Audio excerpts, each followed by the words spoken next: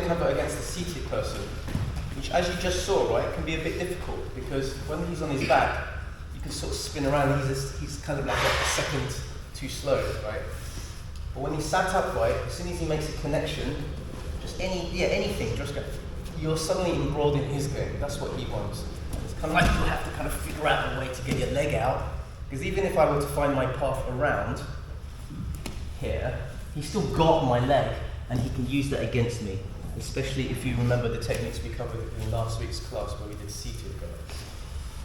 So the first thing, really, the big rule for the guard passer is not allow him to make contact with us or try to avoid that best we can. So as Cameron tries to get a hook around, we're trying to find, just very time efficient and energy efficient ways to not let that happen. He's trying to get a hook around my leg, and you can even step in. But once you step in, where he can't get a hook in, he starts doing this, and then you have to start finding a way to not let him grab you. In order to get a pass, sometimes you're going to have to let that happen.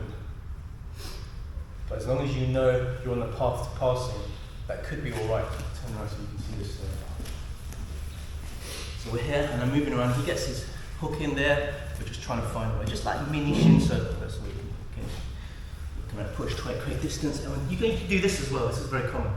I'm using my hands to keep my feet away, and the best he can do is try and grip fight from here.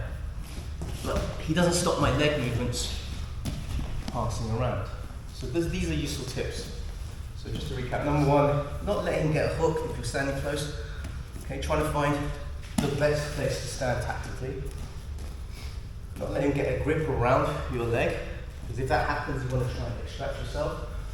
Also keeping your hips away distance like this. You'll see often if you watch Polaris and ADC and they're versing someone who just literally just sits down. It's very much like this. Nobody stands there like this. It's like this, keeping this distance, moving around. So those are tips to bear in mind. You don't need to drill them. I just want to show you. Now we're going to look at a case where he does make a hook and he grips around. Very classic seated guard position, shin on shin. Alright, shin on shin. If you were here last week, I covered all these techniques. If this is new, hands up if you've never done this position before. Shin on shin. We've all sort of covered it, yeah? You get a chance to practice. Resist the temptation to do things like this, because this is actually what he wants. If I push in this direction, he elevates his leg, and then he can start working techniques from here. Single leg X, all sorts of things. So that's what he wants. He wants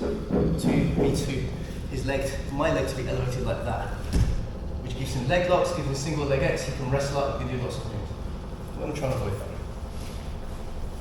So as soon as he makes a connection here, what we're going to do is we're just going to put your hand on the shoulder. You're going to put your hand on his ankle here, push his ankle while you step back here. Then we're going to walk around and then we're here. It's such an easy technique, easy to forget as well. This is an early stage escape and defense counter.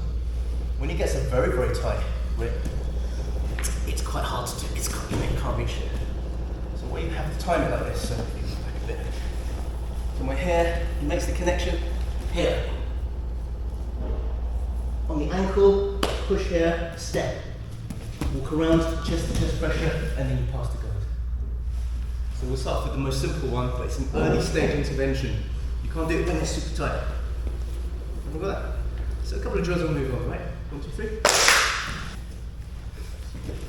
So with this connection here, and he's already established a nice strong arm and hook connection, this bit now is a little harder to do. So I can't actually move him or the ankle or my leg around because I want to step my leg around. So my only option now is to move my knee. My knee is movable. If I can move my knee, I can choose a direction to go. What I can't do is just remain here, pushing his head as we already discovered. If I try to push him back and create distance, he actually wants that to elevate my leg and attack the leg locks or single leg X or other sweeps. That's the mission wrestling up. So we have to exploit the fact that there are gaps here, and the other side here, under his arms. So generally when people do this, they leave a gap between the hip and the armpit. So in the next two techniques, we're going to exploit that. So the first thing we're going to do is we're going to snake our arm underneath for an underhook. It will be a shitty underhook, that's all you can get is going to get a hand.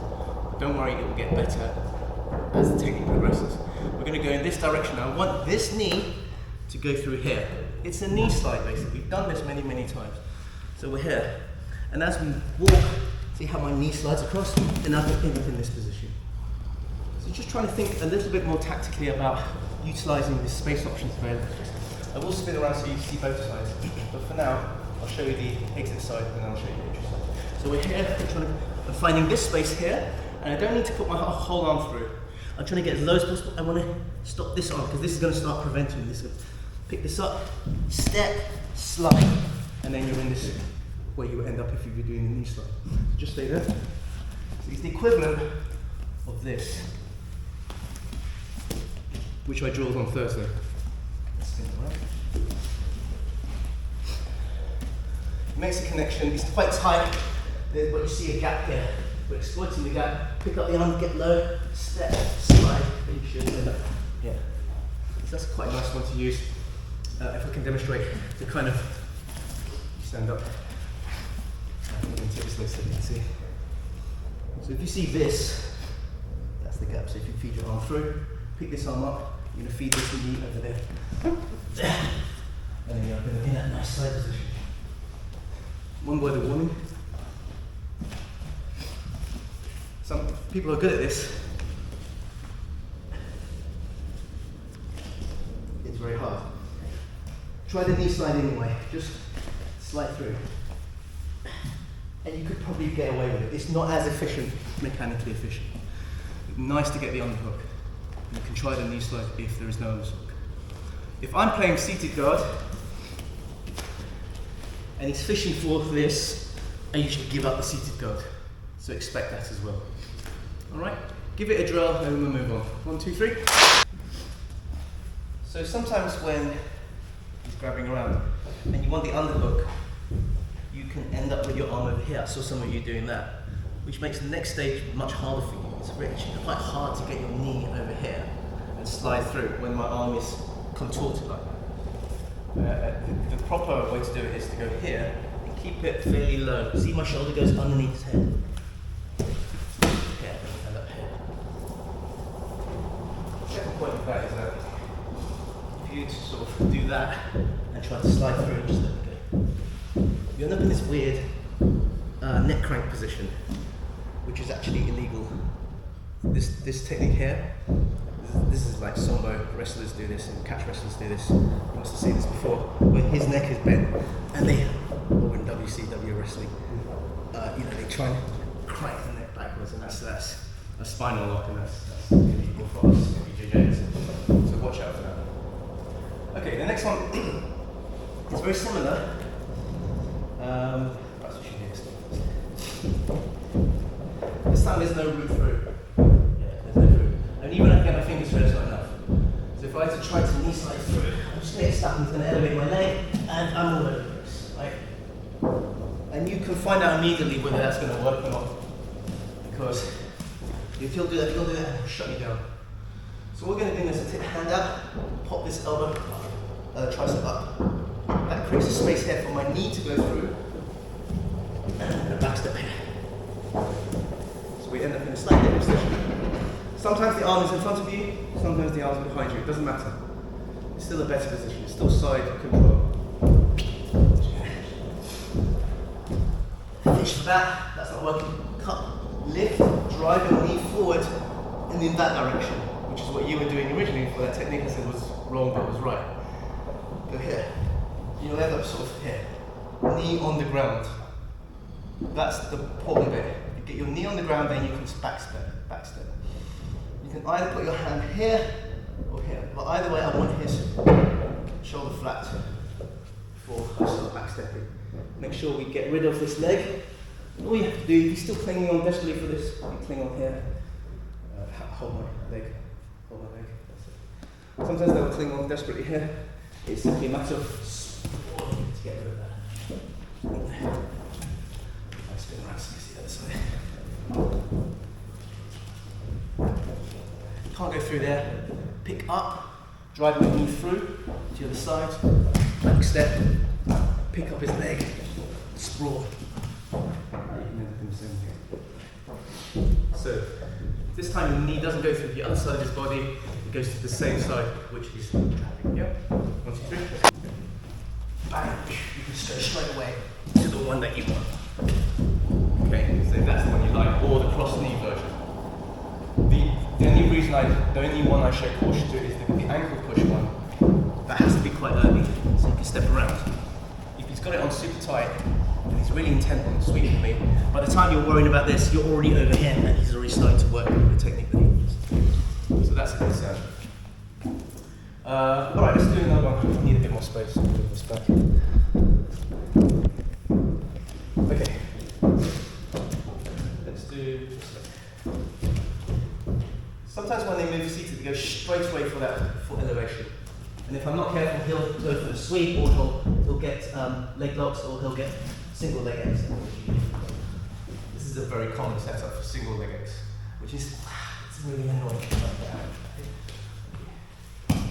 So this technique works against a person who goes straight into the elevation. So he moves in straight to elevation. First thing you do, you don't want to go in this direction where your leg is light. See how he lifts the leg up? I want to remain at the very least neutral. So as it tries to push you there, you're resisting that, and you're going to direct your momentum there. You can still lift your leg up, but I'm much more in control. What we're going to do is with this foot here, back step, kick it off, and then we're here. Now there's a variety of things you can do, but we'll keep the float pass very simple. We just windshield wipe. So you're doing this, the camera can't see it, but we just, the first thing is I'm going to kick off his foot, and then wherever we go, we're going to windshield wipe like this.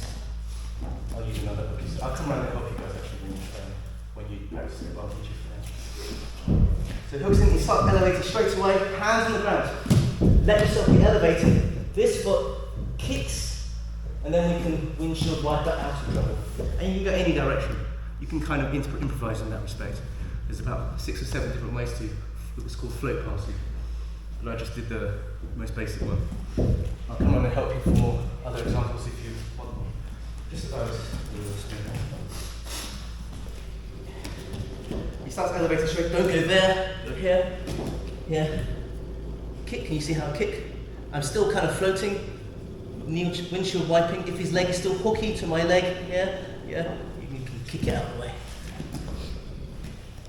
And so it's very weird, but you're kind of doing this. Well, I'll come and help you. This is one of my favourite pass. It's like really fun, and it kind of show your feet, but it's genuinely very effective. And I want you guys to try it. Alright, float passing. 1, 2, 3.